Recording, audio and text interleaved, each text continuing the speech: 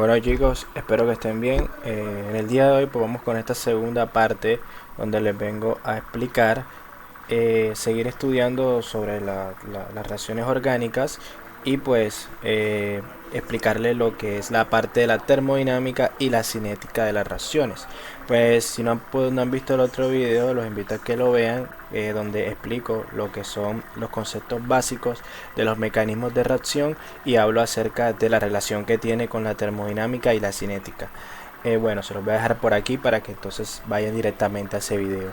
Ok, entonces, primero que nada hay que recordar que la cinética y la termodinámica son dos áreas que pues influyen mucho en la química, o son dos áreas de la físico-química, las cuales pues digamos nos permiten a nosotros cuando estudiamos las reacciones orgánicas entender cómo se lleva a cabo las reacciones y las energías que están implicadas en estos procesos. Recuerden que cuando hablamos de una reacción orgánica, no solamente nos vamos a enfocar en los enlaces que se rompen y se forman, sino que también tenemos que tener en cuenta las leyes de la termodinámica y la velocidad de las reacciones. Eso es porque en la naturaleza todos los procesos tienen implicaciones energéticas. Entonces vamos a prestar mucho cuidado porque vamos a hacer un repaso muy interesante acerca de los conceptos fundamentales sobre la cinética de las reacciones y la termodinámica. ¿Ok? Vamos entonces a hablar primero de lo que es la termodinámica de las reacciones. Primero que nada, la termodinámica, ¿sí?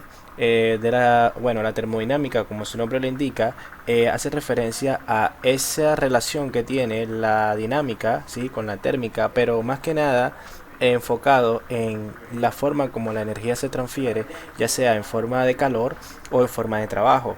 Y pues de un punto de vista mucho más amplio, termina de estudiar o termina de plantear las leyes de todos los tipos de energía. O sea que no solamente se va a enfocar no solamente nos va a servir para entender la energía térmica o la energía mecánica, sino también para entender los demás tipos de energía. ¿Listo?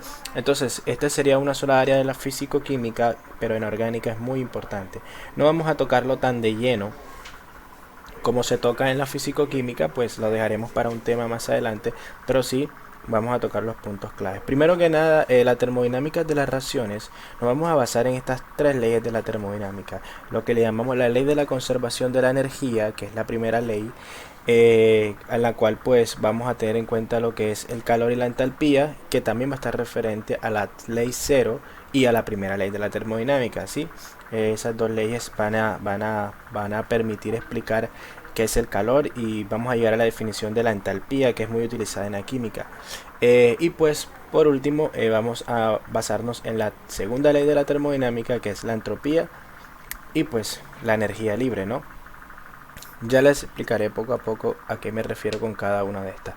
Primero vamos a comenzar hablando de lo que es la entalpía y hay que hablar bastante, hay que tener referencia de lo que es el calor.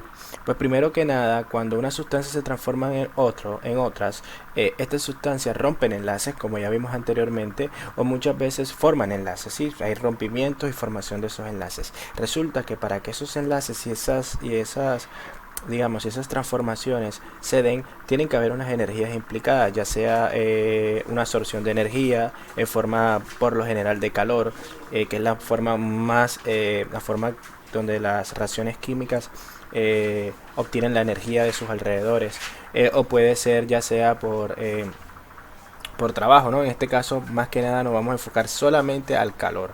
Cuando nos enfocamos netamente al calor como medio de transferencia de energía, ya sea hacia el sistema, que viene siendo el lugar donde se están dando las reacciones químicas, donde las moléculas están interaccionando, hacia los alrededores, digamos que es afuera del recipiente, a una presión constante, ¿sí? Que es digamos, la forma como se transfiere el calor en un laboratorio, más que nada.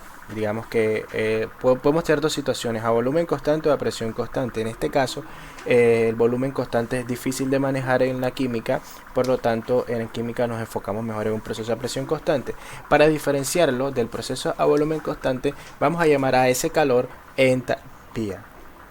¿Ok? Entonces en realidad la entalpía es el calor, pero nos estamos enfocando ese calor más que nada a presión constante para diferenciarlo.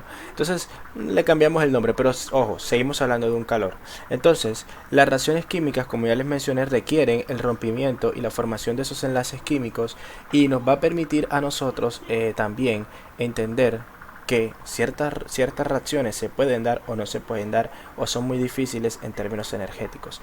El calor que se requiere, ya podemos ver, para romper un enlace, ¿no?, se conoce como la entalpía del enlace. Entonces cuando nosotros nos referimos especialmente a el calor asociado al rompimiento de los enlaces o formación de ellos, pues hablamos de que es una entalpía del enlace. ¿Listo? Entonces podemos decir que para romper un enlace, las moléculas requieren absorber energía. Por lo tanto, ese proceso lo vamos a ver que va a tener un delta de H, es decir, una diferencia de entalpía positiva, ¿sí? ¿Por qué? Porque al momento de absorber este calor, pues obviamente el calor que tenía al inicio va a ser mucho menor que el calor ahora que está absorbiendo al final. Digamos que va a ser más positivo el calor nuevo, por ende si yo hago un delta, una resta, pues me va a dar positivo.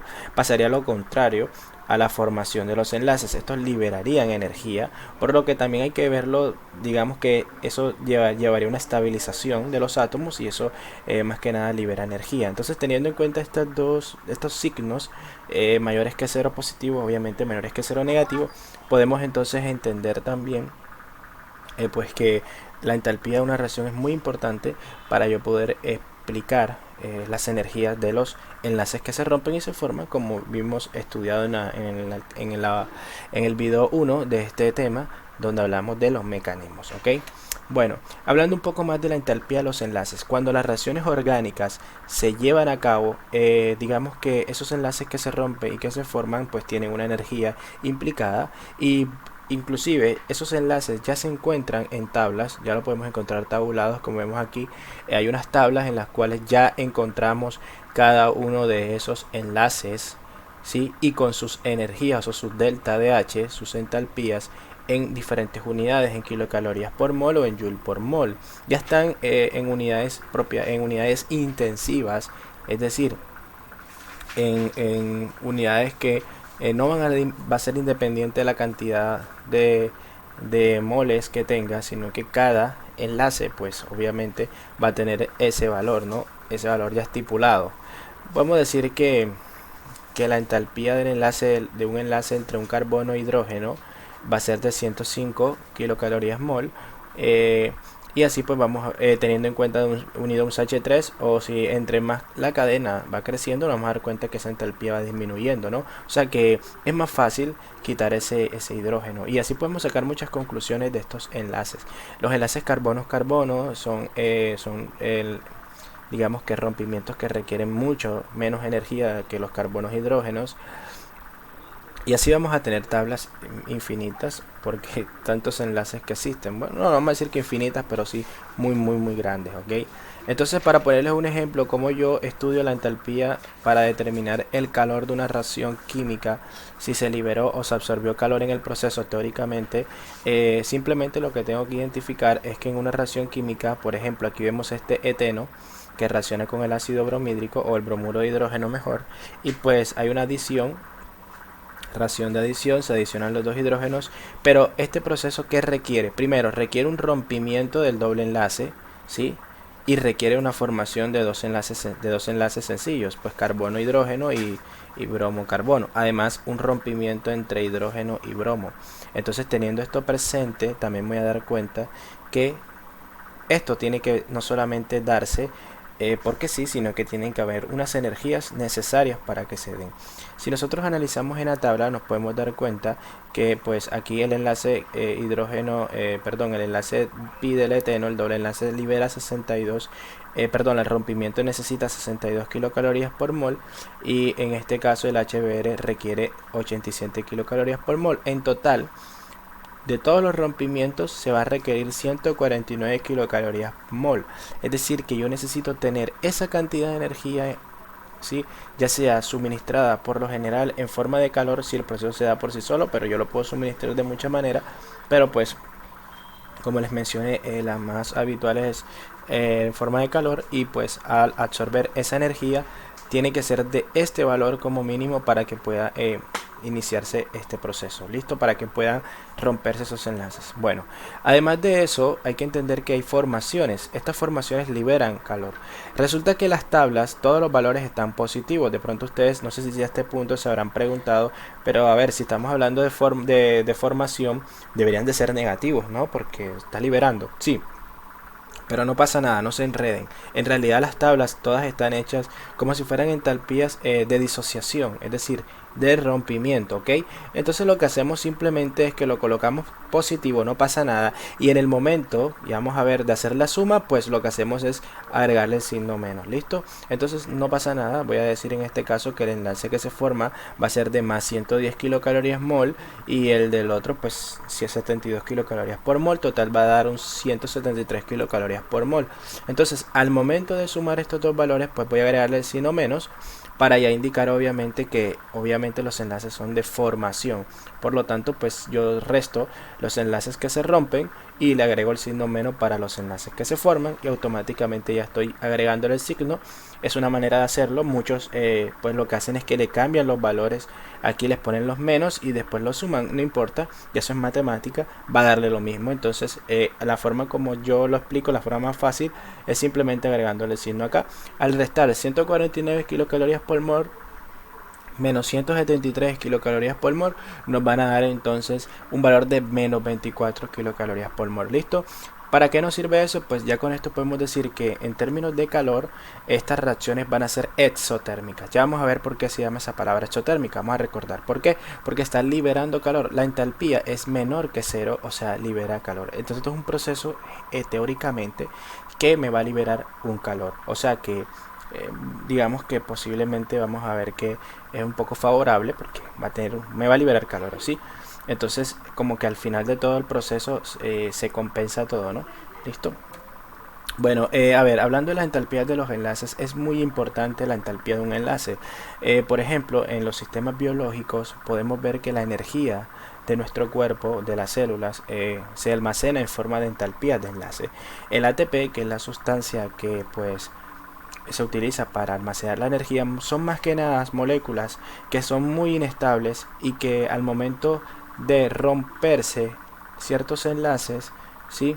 Que al ser muy inestable, pues al momento de romper esos ciertos enlaces, pues genera una estabilidad, forma otros nuevos enlaces y esa formación de esos nuevos enlaces y esa nueva estabilidad por la resonancia de los grupos fosfato va a liberar una alta cantidad de calor que es muy diferente si yo tuviera por ejemplo el fosfato de triglicéridos, pues mira que nada más me libera menos 9, pero en esta conformación especial cuando tengo tres fosfatos unidos va a permitir que al romperse este enlace y llegar a esta estabilización que está acá por resonancia me libere una alta cantidad mucho mayor, digamos casi que más del triple de calor que me puede proporcionar esto. O sea que ese calor va a ser utilizado para generar el trabajo pues de la célula, ¿no? Por eso es que las entalpías de los enlaces son fundamentales para la vida, ¿no?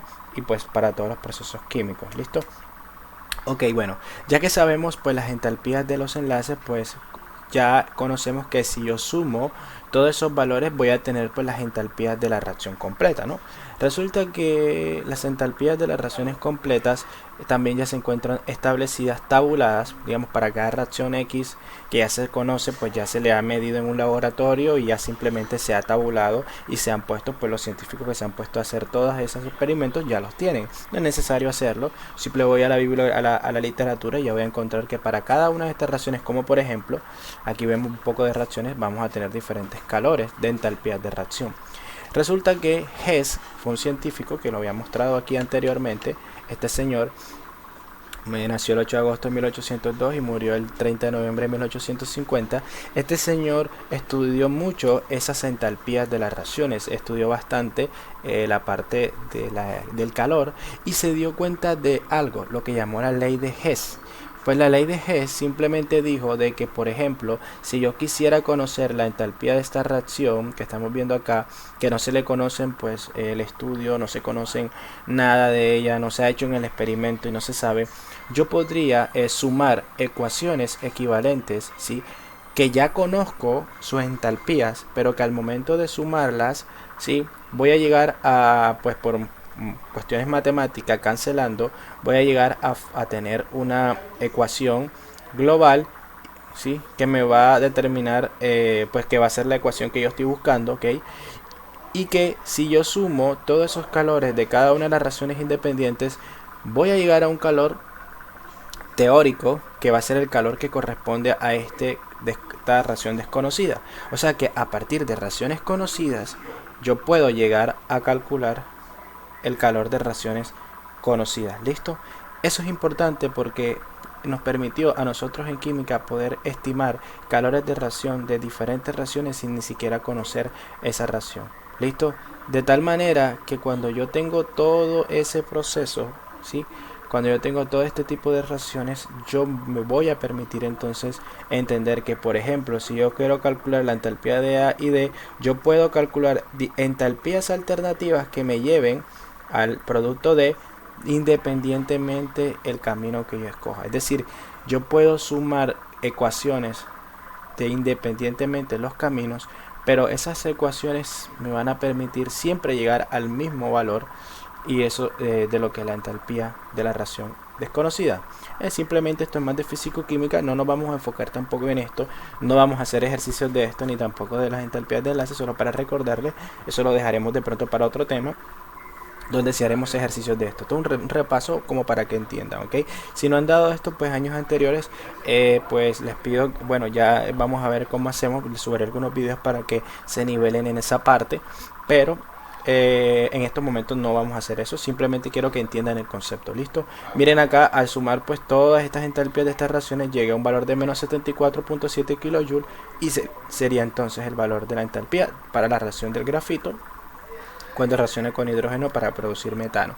Sí, listo. Bueno, en conclusión, ya que analizamos todo esto de la entalpía, podemos llegar a una conclusión importante, ¿sí? De dos conceptos, de que podemos ver reacciones que en su totalidad al final van a ser reacciones con un delta de H positivo o vamos a tener reacciones con delta de H negativos. En este caso vamos a diferenciar que estas dos reacciones la vamos a llamar como reacciones exotérmicas y reacciones endotérmicas, ¿ok? Bien, las reacciones exotérmicas son aquellas reacciones donde el delta de H total de la reacción, ya sea por las entalpías de los enlaces o por la ley de Hess, como yo lo quiera calcular, ambas van a darme, me tendrían que dar el mismo valor, ¿sí? Me tienen que dar el mismo valor. Son delta de H negativos, menores que 0. Entonces, en este caso, cuando esos delta de H son menores que 0, decimos que la reacción es exotérmica. Exo de liberar. En este caso, ¿qué libera? Calor. Ok, entonces una reacción exotérmica se calienta porque cuando yo tengo en un laboratorio, en un recipiente, en un tubo de ensayo, en un beaker, al tocar ese recipiente, ese vidrio, se va a sentir caliente y es porque la reacción está liberando calor. Es exotérmica. La gráfica, tendríamos que decir entonces en este momento que la gráfica de entalpías va a ser que los reactivos van a tener mayor entalpía que los productos, y ese descenso de entalpía va a ser de que esa pequeña fracción de entalpía que se perdió, pues se va a liberar, ¿no? En forma de calor. ¿Por qué se libera y no se destruye? Porque hablamos de la primera ley de la termodinámica. ¿Y qué dice la primera ley de la termodinámica? Que la energía se conserva. Es decir, si estos reactivos si estos reactivos tenían cierta energía en sus enlaces y todo, cuando pasaron a los productos que son mucho más estables en energía, ¿qué pasó con la energía que tenían los reactivos? ¿Se destruyó? No.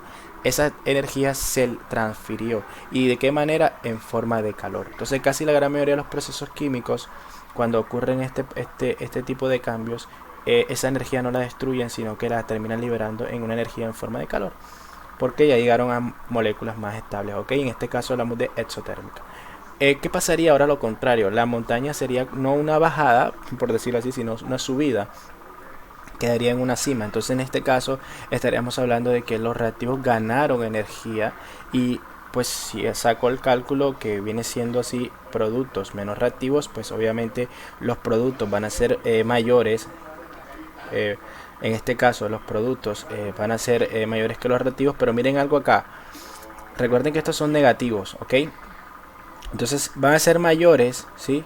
Pero en este caso los reactivos son negativos porque son rompimientos y hay que tener esto en cuenta. Y pues obviamente para no enredarse con eso, por eso hay que diferenciar esta fórmula de la anterior, cuando él hablaba de enlaces rotos menos, enlaces rotos menos enlaces formados. A ver, esos son para las entalpías de enlace, así que no nos confundamos. Aquí estamos hablando de ya la entalpía de los productos y de los reactivos en total, ¿ok? Y aquí sería productos menos reactivos, ¿sí? Y en este caso los productos, como son mayores que los reactivos, pues al restar me va a dar un valor positivo, a diferencia de las reacciones exotérmicas, que los reactivos son de mayor energía, por ende miren que este número mayor que este lo vuelve negativo, ¿sí? En el caso de los enlaces, vámonos acá, yo decía enlaces que se rompen menos enlaces que se forman, ¿oyeron? Eso es una convención que se creó para esta tabla especialmente. No la confundan con lo otro, porque miren que los enlaces que se rompen serían reactivos y los que se forman serían productos, entre comillas, ¿ok? Entonces en este caso es como si yo dijera lo contrario a lo otro, reactivos menos productos. Entonces se confunden y no hay que confundirse, ¿ok? Esto es solamente una convención para estas tablas, ¿listo? Bueno. Entonces, bueno, aquí hay un ejemplo de que yo tengo para esta reacción, tengo las diferentes entalpías de los productos y los reactivos y hago esta operación y voy a tener el valor. Entonces, exotérmicas bajan en energía, ¿sí? Liberan calor, y endotérmica pues aumentan energía porque ganan calor. ¿Listo? Vamos. Bueno, hasta aquí todo perfecto, todo claro. Y entonces ahora sí vamos a lo que es la segunda ley de la termodinámica. Acá anteriormente les había hablado de la primera y la ley cero. La ley cero, aunque no se las, digamos, resalté, pues simplemente lo que me dice a mí es de que el calor se transfiere de un sitio de mayor temperatura a uno de menor temperatura. Entonces, simplemente lo que nos explica es por qué ese tubo de ensayo se calienta, pues porque como libera ese calor, ya que las moléculas se vibran y ganan cierta mayor energía interna, van a tener una mayor temperatura que los alrededores, y por ende ese calor se va a transferir hacia el tubo de ensayo, porque siempre va a ir de un sitio a las moléculas, ¿sí? Que tiene el tubo de ensayo, porque el vidrio también tiene moléculas, entonces siempre va a ir de una mayor temperatura a una menor temperatura, y pues la entalpía habla de que esa temperatura pues se va a transferir en forma, esa energía se termina transfiriendo en forma de calor. Ok, entonces la entropía y la energía libre es un concepto muy importante también para entender las reacciones, inclusive todos los procesos químicos, y es porque esta entropía y esta energía libre lo que a nosotros nos habla prácticamente es de los microestados, ¿sí? Los niveles de microestados que se forman durante un determinado proceso, el aumento o disminución de esos microestados. Para no entrar en un concepto un poco de otra área, vámonos a un concepto que nos sirve mucho en química orgánica, y es decir, que estamos hablando del nivel de desorden, ¿ok? Yo sé que muchos de acá estarán, muchos físico-químicos, está mal, lo que es microestado, eso es más allá, sí, pero hasta este momento nos interesa y nos sirve este modelo de desorden, y pues del nivel de desorden, y pues vamos a usarlo porque nos funciona para entender. ¿Qué pasa? Resulta que las moléculas, bueno, a nivel de física eso se descubrió por las máquinas térmicas, pero ya en química se ha llegado a estudiarlo desde un punto de vista micro, y desde un punto de vista micro, no macroscópico como habla la termodinámica general, sino que de un punto de vista interno vamos a ver que la entropía más que nada es el nivel de desorden, es el cambio de ese nivel de desorden. En este caso, cuando un sólido, las partículas se encuentran organizadas y pasaron a un estado líquido, ¿qué pasó? Pues las moléculas ahora están más móviles, hay más niveles de desplazamiento entre esas moléculas, y por ende la cantidad de microestados aumentó. Podemos decir que el desorden aumentó y por eso la entropía aumentó. Cuando un sólido se mezcla con un líquido, pues ese sólido también lo que hace es que sus partículas se distribuyen por toda la solución y va a formar un mayor desorden. Cuando un líquido pasa a un gas también, cuando un sólido aumenta la temperatura, las partículas se dilatan, y eso también hace que, pues obviamente ese sólido al dilatarse hay mayores vibraciones y hay mayor desorden. En conclusión, si paso de sólido a líquido o en un proceso ordenado a uno desordenado, estamos hablando que hay un aumento de la entropía, o sea, la entropía es positiva. Cuando pasa de un sistema como por ejemplo el líquido gaseoso, también es positivo porque también está pasando a un sistema más desorganizado. En cambio, si me muevo a un sistema menos desorganizado, o sea más ordenado, ya la entropía va a ser negativa, y pues como pasa del gas al líquido y obviamente del líquido a sólido. Ok, entonces, teniendo un poco más en cuenta lo que es la entropía, podemos entonces ver que la entropía y la energía libre pues están bastantemente ligadas. ¿Qué sería la energía libre y de dónde nace este concepto? Resulta que pues ya nosotros sabemos que la entropía es más que nada ese grado o nivel de desorden que puede experimentar un proceso cuando pasa, de verdad, cuando hay un cambio, ya sea químico o físico, y que esa entropía no solamente va a generar un aumento de entropía del sistema, sino que también pueden intervenir aumentos de entropía de los alrededores. Podemos entonces por definición decir de que si hubo un aumento o un cambio de entropía del sistema, y si yo conozco el cambio de entropía que generó ese dicho cambio en sus alrededores, es decir, lo que está pues fuera de ese sistema, podemos hablar de que hubo un cambio de entropía en el universo. Por lo tanto, el cambio de entropía del universo no es más que nada la suma del cambio de entropía del sistema más el cambio de entropía de los alrededores. Resulta que el universo tiende a crecer en entropía. Es decir, todos los procesos que se dan naturalmente y son espontáneos se dan en busca de aumentar esa entropía del universo. ¿Qué quiere decir eso? De que cuando una roca cae de un segundo piso, por decirlo así, cae espontáneamente por efecto de la fuerza de la gravedad, ese proceso, pues que obviamente pasó de un sistema muy inestable a uno más estable, generó un desorden y ese desorden liberó calor y ese calor permitió perturbar los alrededores y por ende generar un cambio también del desorden de las moléculas, de las partículas del aire que se encuentran alrededor y por ende generar un desorden y un aumento de la entropía del universo. Para yo poder saber si ese proceso es espontáneo o no, tengo que saber si se aumentó la entropía del universo, ya que los procesos, todo lo contrario, que disminuye la entropía del universo, no van a ser favorables. Entonces vamos a hablar de que la espontaneidad depende de la entropía. Si el universo cambió su entropía, o sea, la aumentó, el proceso es espontáneo. Y si no, pues no es espontáneo, ¿verdad? Así de sencillo. Pero hay un problema aquí y es que conocer el cambio de entropía de los alrededores es muy difícil. Por lo general los experimentos se hacen en sistemas aislados en donde no se conocen, donde no hay intervención o interacción con los alrededores y por ende vamos a decir que el cambio de entropía del universo pues o el cambio de entropía del proceso simplemente está gobernado por el cambio de entropía del sistema. Así es como los físicos o los físico-químicos realizan los cálculos. No nos vamos a meter tanto en esto, ¿verdad? Pero lo importante aquí es entender de que los experimentos los hacían era en sistemas ideales, pero para poder hacerlo en la realidad, que es en un laboratorio donde si hay interacción con los alrededores, pues sería muy difícil conocer el cambio de entropía del universo.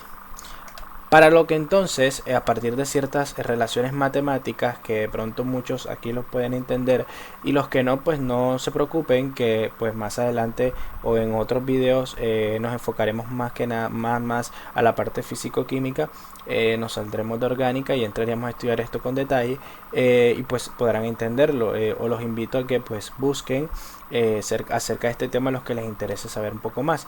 Pues la parte matemática simplemente es decir de que el cambio de entropía de los alrededores pues simplemente es el cambio de entalpía del sistema negativo, ¿verdad? Porque es lo contrario, ¿sí? Pues a los alrededores y dividido entre la temperatura. Si yo sumo el cambio de entropía del sistema a los alrededores y reemplazo los alrededores, voy a tener esta ecuación que me va a llevar entonces a decir de que multiplicando todo por menos temperatura voy a tener que pues el menos t por delta de ser universo va a ser igual a pues a esta relación que va a haber entre la temperatura, la entropía del sistema y la entalpía del sistema. ¿Qué quiere decir eso?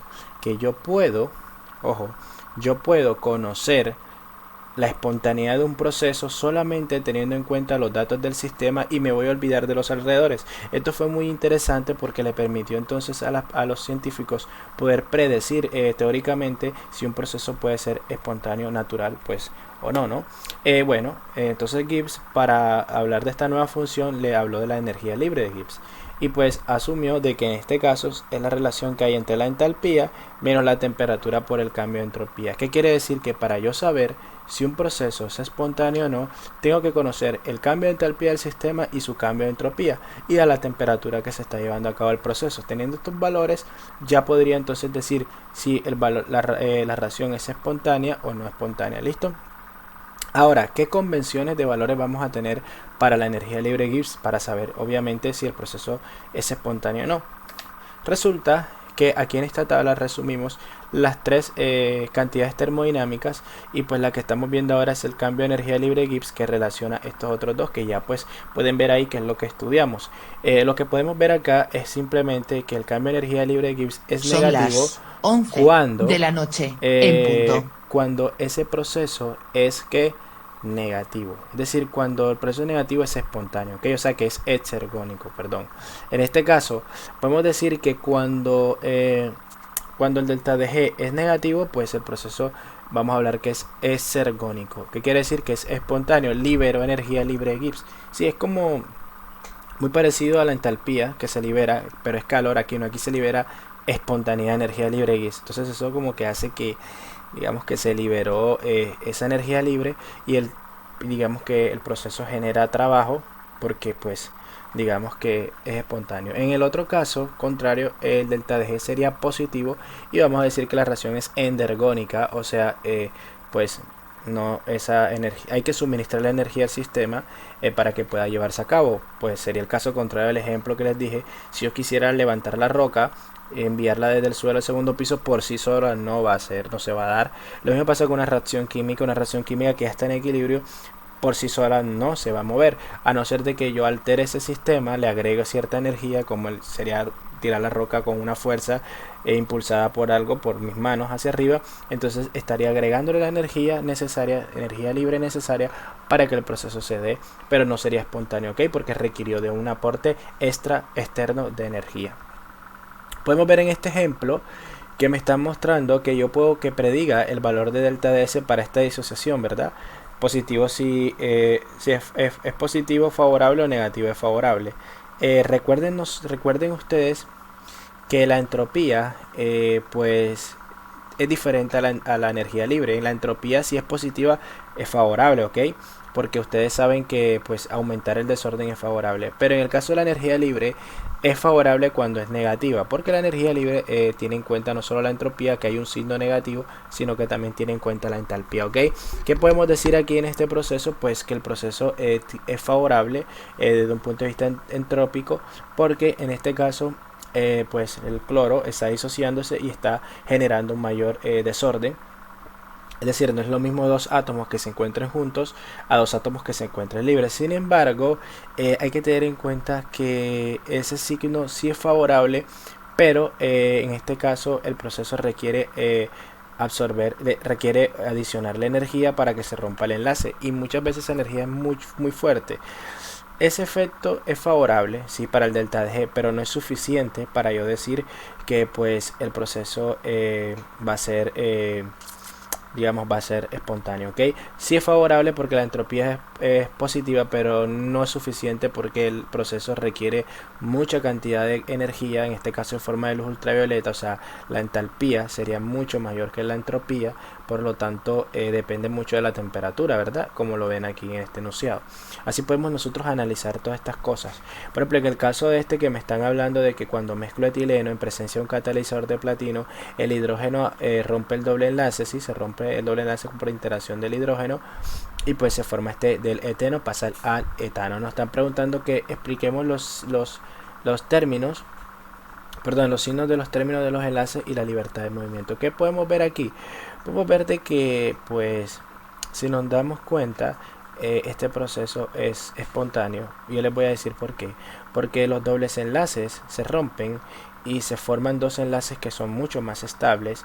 Si recordamos por allá las tablitas, sabíamos que buscar, nos vamos a dar cuenta que la formación de estos dos enlaces y este proceso que vimos por allá antes, no sé si recuerdan, daba una entalpía negativa. Por lo tanto pues en el caso de este va a generar un valor negativo, y pues vamos a ver que la entropía es positiva. ¿Por qué? Porque estas moléculas están restringidas en su movimiento, porque los dobles enlaces, o sea los enlaces pi, hace de que no roten.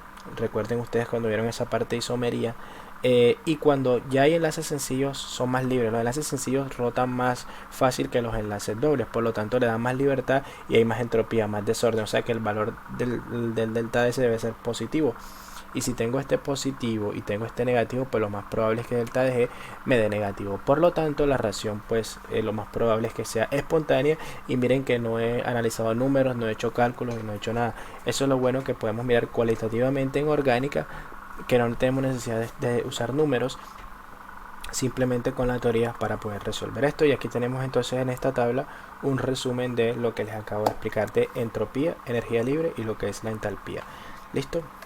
Bueno, ¿qué conclusiones podemos llegar entonces acerca de lo que es la espontaneidad y el equilibrio? Es que los procesos tratan de buscar el equilibrio, ¿sí?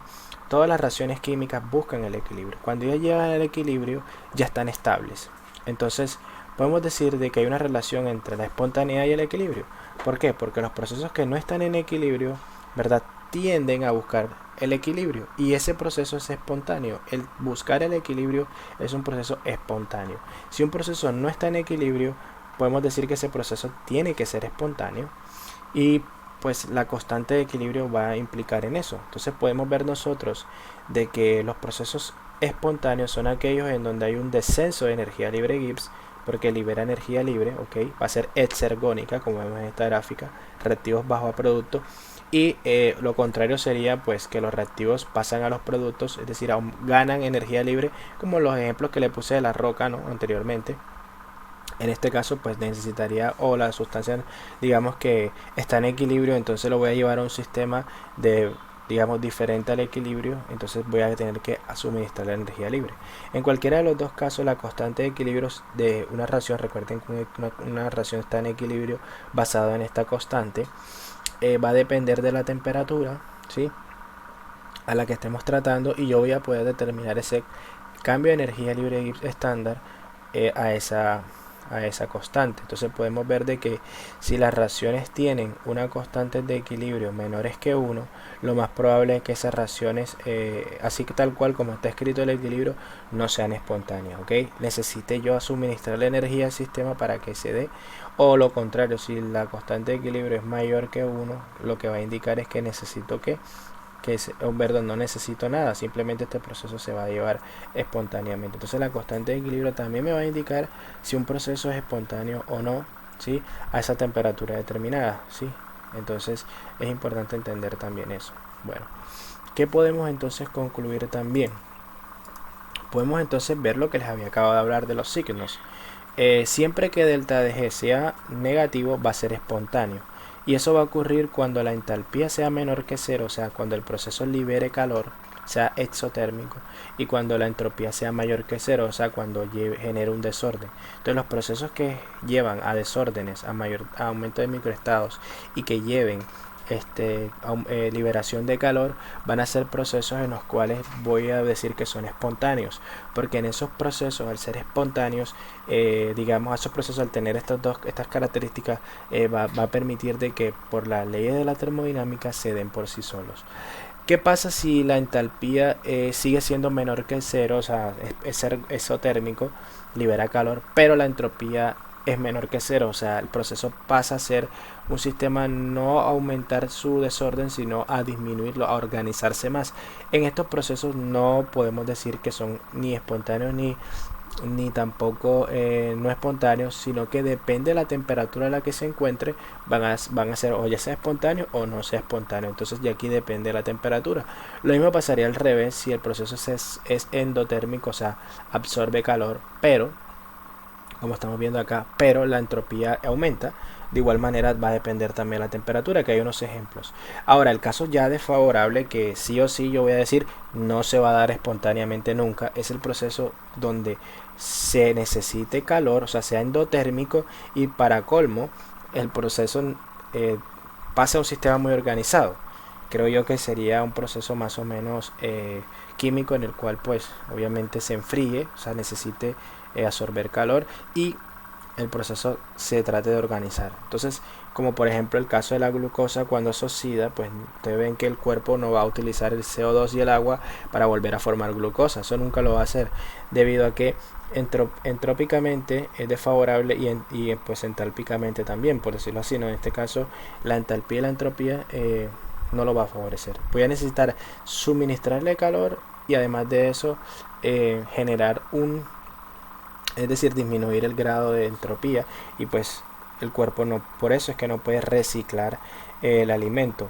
Una de las razones por las cuales nosotros tenemos que alimentarnos es porque los sistemas, por ejemplo, cuando la glucosa se oxida para formar dióxido de carbono y agua, esos dos productos requieren termodinámicamente una gran cantidad de calor para volver a regresar al sistema anterior, y además de eso requiere, digamos, una disminución de la entropía, y eso necesitaría el cuerpo una gran energía y no es eficiente para el universo ese cambio energético. Entonces las leyes de la termodinámica también obedecen, o mejor dicho, nuestros cuerpos en la parte biológica también obedece a las leyes de la termodinámica porque es química también. Entonces podemos ver aquí que la entropía y la entalpía y lo que es la energía libre Gibbs nos explica el metabolismo también de las células.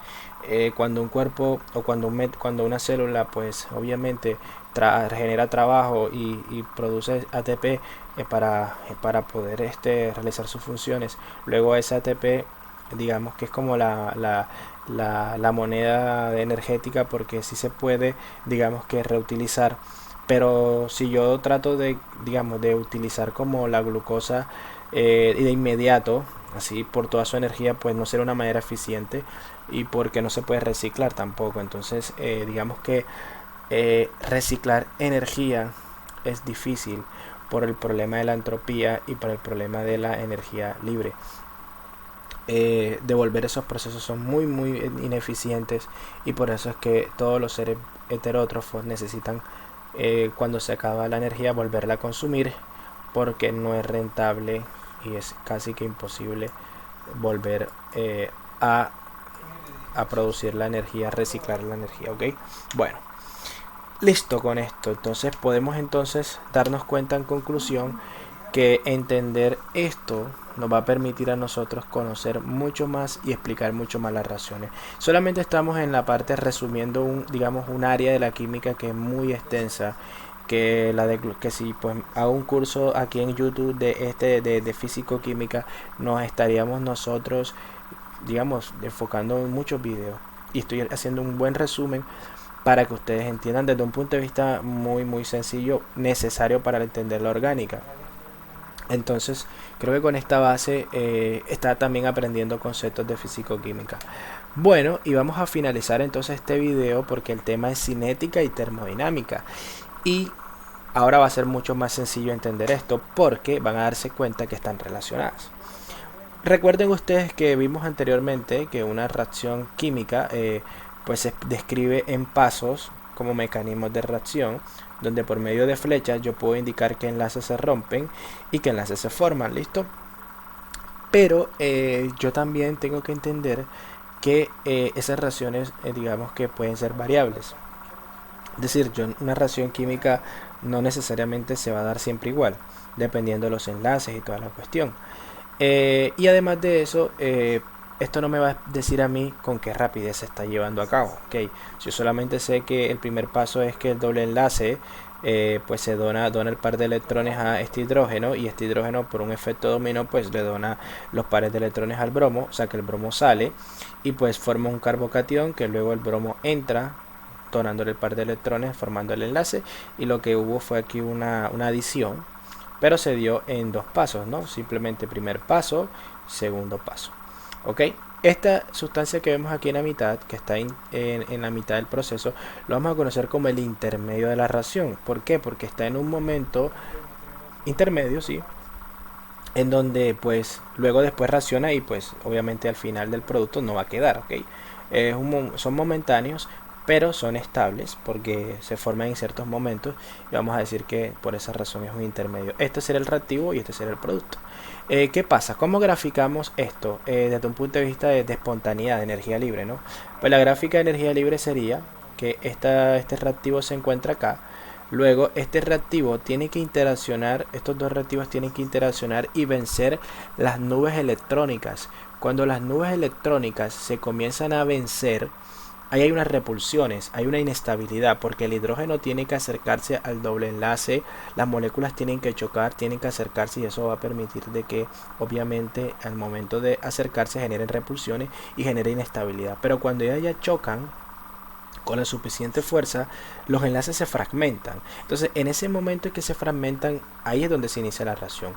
Pero antes de eso tiene que haber un choque, una interacción. Entonces ese choque va a venir determinado por una energía que le vamos a llamar la energía de activación, que es la energía necesaria para que estas moléculas interaccionen, y va a ser un pico muy alto en la reacción. Digamos que va a ser el pico inicial alto en el cual digamos que la reacción va a iniciar. Cada vez que se den interacciones que choquen, va a haber una energía de activación, porque es la energía necesaria para que las moléculas choquen con una fuerza suficiente y se rompen los enlaces. Eso le llaman pues también en cinética química la teoría de las colisiones, ¿no? Bueno, cuando se alcanza ese estado de transición y los enlaces se rompieron, entonces se forman este intermedio que vemos acá, que sería el carbocatión, ¿sí? Más el bromo. En ese punto decimos que ya son más estables con respecto al estado de transición, pero no son tan estables como los reactivos. Por lo tanto, ellos van a seguir reaccionando para buscar llegar al equilibrio, a la estabilidad. Como vemos en la siguiente gráfica, luego después de que ocurre esto, el bromo tiene que interaccionar con el carbono y entonces generaría un segundo estado de transición, otra interacción. Ya les dije, cada interacción, cada ataque en el mecanismo, cada flechita, cada interacción va a generar un nuevo estado de transición, ¿verdad? En el momento en que se están atacando, se están reaccionando, pues va a generar un aumento en esa energía, ¿ok? Pero no va a ser un aumento tan grande como el primero, obviamente, ¿no? Porque aquí obviamente esto es cierto, esta interacción es más estable porque hay cargas, obviamente esas cargas generan, digamos que impulsan más el proceso, y por ende miren que la montañita es un poco más bajo, o sea, lo debemos llamar como el segundo estado de transición. Cuando ya interaccionan, vemos un bajón muy grande porque ya llegamos a los productos, y los productos son mucho más estables desde un punto de vista de energía libre, porque ya ustedes saben, aumentó la entropía, la entalpía de la reacción, pues digamos se liberó calor, y todo eso favorece para que la reacción tenga pues un producto más estable. Estas montañitas que estamos viendo acá sería el diagrama de energía libre de reacción, pero podemos decir que es un diagrama cinético también. ¿Por qué digamos que es cinético si yo todavía hablaba de rapidez? Porque ya les voy a indicar que depende de la rapidez. Bien, cada uno de estos pasos va a tener un estado de transición, ya lo vimos, ya se lo acabo de explicar.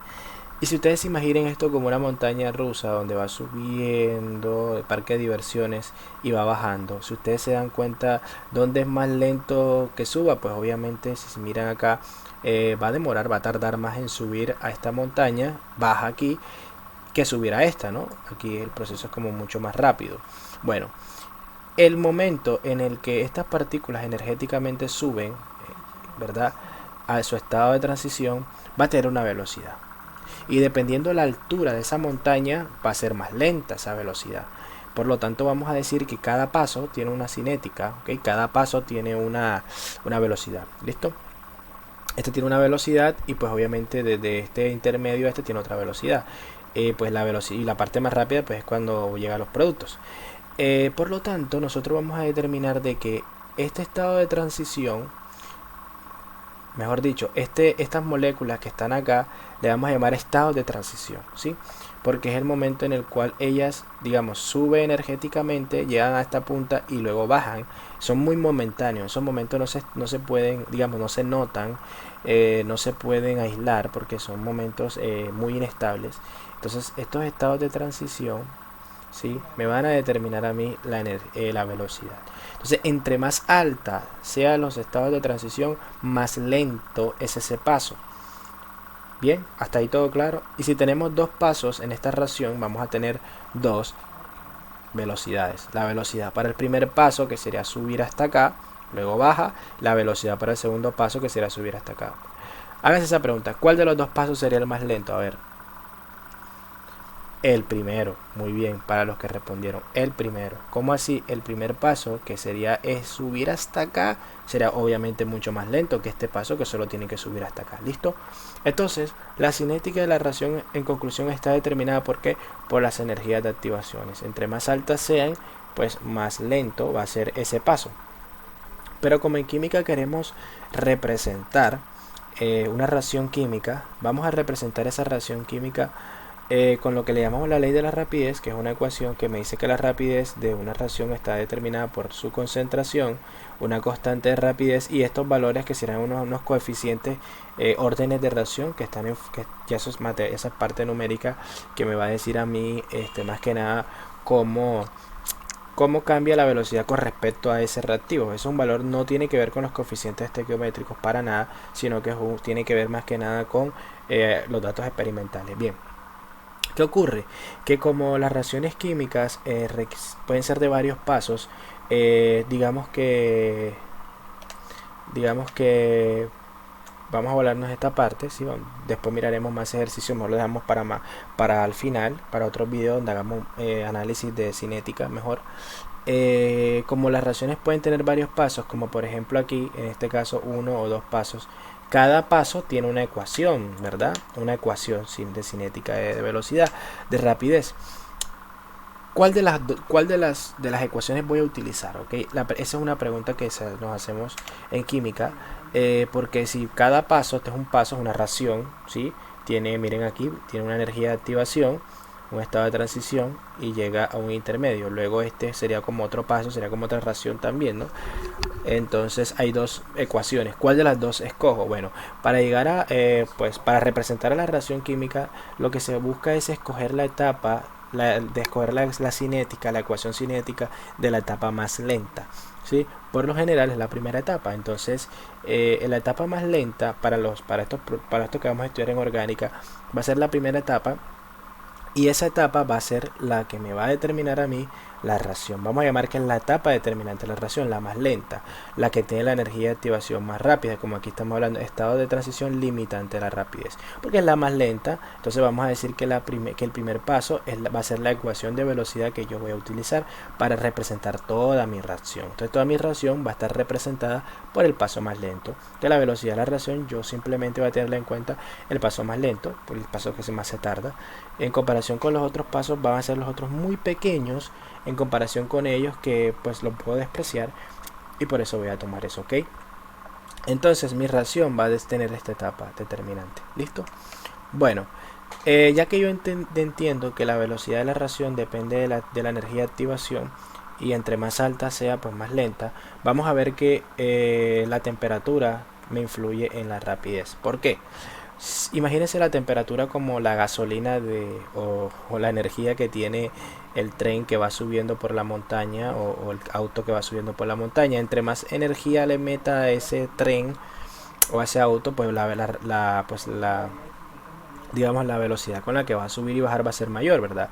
Por ejemplo, esta no es lo mismo tener a 298 Kelvin que a 3000 Kelvin. A 298 Kelvin, imagínense que va subiendo como así, tarda menos, pero a 3000 Kelvin sube y baja mucho más rápido. O sea que la velocidad de la reacción va a aumentar con la temperatura. ¿Ok? ¿Por qué? Porque esa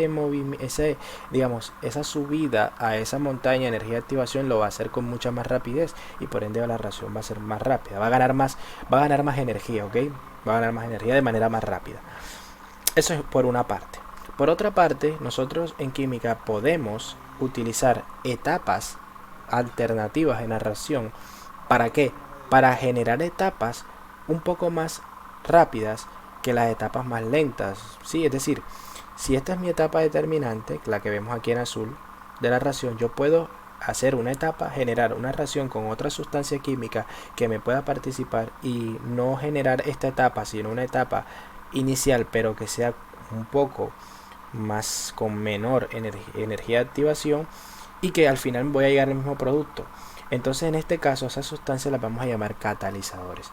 ¿Por qué? Porque son sustancias capaces de disminuir la energía de activación, y por ende obviamente al disminuir la energía de activación, pues a esa misma temperatura nos vamos a dar cuenta que pues es más rápido pues llegar a esta montaña que a la más alta, ¿no? Entonces lo que nos va a buscar, lo que nos va a permitir un catalizador es a la misma temperatura generar reacciones más rápidas. ¿Listo? Por ejemplo, miren acá una reacción no catalizada que pasa en el cuerpo, en los sistemas biológicos. Pues estamos hablando aquí de una reacción en la cual no está catalizada. Miren toda esa curva de energía de activación, pero de pronto genera muchos más pasos, ¿sí? Pero esa cantidad de pasos son muchos mayores, pero son menos energéticos, y por ende voy a hacer que llegar de este punto a este punto sea más rápido. Por eso es que las enzimas son importantes en los sistemas biológicos, y volvemos a la parte biológica, ¿verdad? Una proteína, pues o una enzima, cuando participa en una reacción, genera más etapas, más pasos, y aumenta la velocidad. ¿Por qué? Porque esas reacciones, si yo trato de darlas a esa misma velocidad, pues tendría que aumentar la temperatura, y obviamente llegar a esos niveles de temperatura pues me desnaturalizarían las proteínas y pues dañaría otras moléculas o generaría otras reacciones colaterales que el cuerpo no quiere. Para controlar eso, el cuerpo genera, o las células pues tienen enzimas que van a ser específicas, encargadas de solamente trabajar con esas reacciones a la misma temperatura corporal y con una mayor rapidez. Entonces ellas pueden servir de control, ya sea de decir, pues activo la reacción, no la activo, quiero la reacción, la produzco, no la produzco, y pues una manera muy fácil de controlar. ¿Ok? Bueno, listo. Entonces podemos aquí concluir esta parte. Listo. Espero que les haya gustado. Cualquier duda déjenla en los comentarios, compartan el video, suscríbanse, porque lo prometido es deuda, y vamos a ir poco a poco estudiando las reacciones orgánicas, que es el tema con el que comenzamos. Y entre más tenga pues más suscriptores, y pues ustedes, los que están viendo acá, mis estudiantes, pues todos ustedes, mientras más vea que están aprovechando esto, yo seguiré haciendo cada vez más videos, porque la idea es que este año pues los estudiantes que no han tenido la oportunidad de poder dar las clases presenciales, y pues los que no pueden estar en las clases virtuales, pues yo aquí les traigo esto para que no se pierdan nada de detalle de lo que están dando. Y pues nada, apoyen para seguir subiendo más videos, y entre más apoyen pues subiré más videos de una manera más frecuente. Listo. Entonces aquí terminamos esta parte, nos vemos en el próximo video, y ya estaremos tocando con más detalle, ahora sí, más reacciones orgánicas. Listo. Entonces, chao.